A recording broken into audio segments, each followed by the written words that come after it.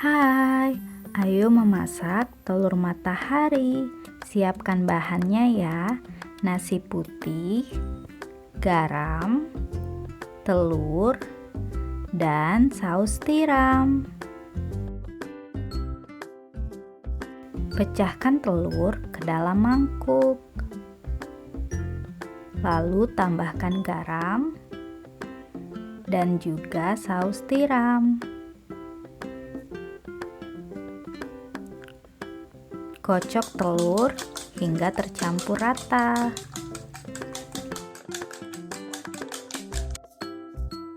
Setelah itu, tambahkan nasinya ke dalam mangkuk. Campur rata semuanya, jangan sampai ada nasi yang menggumpal.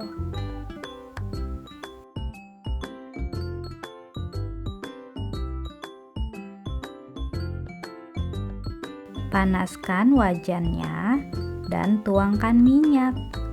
Lalu masukkan adonan ke dalam wajan panas.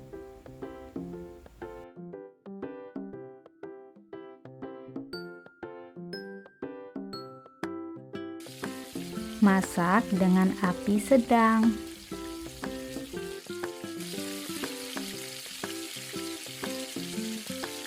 Masak hingga emas kecoklatan di kedua sisinya.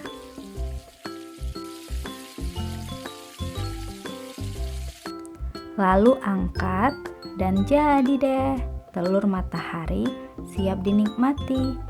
Ini sangat mudah dibuat dan rasanya sangat enak. Selamat mencoba.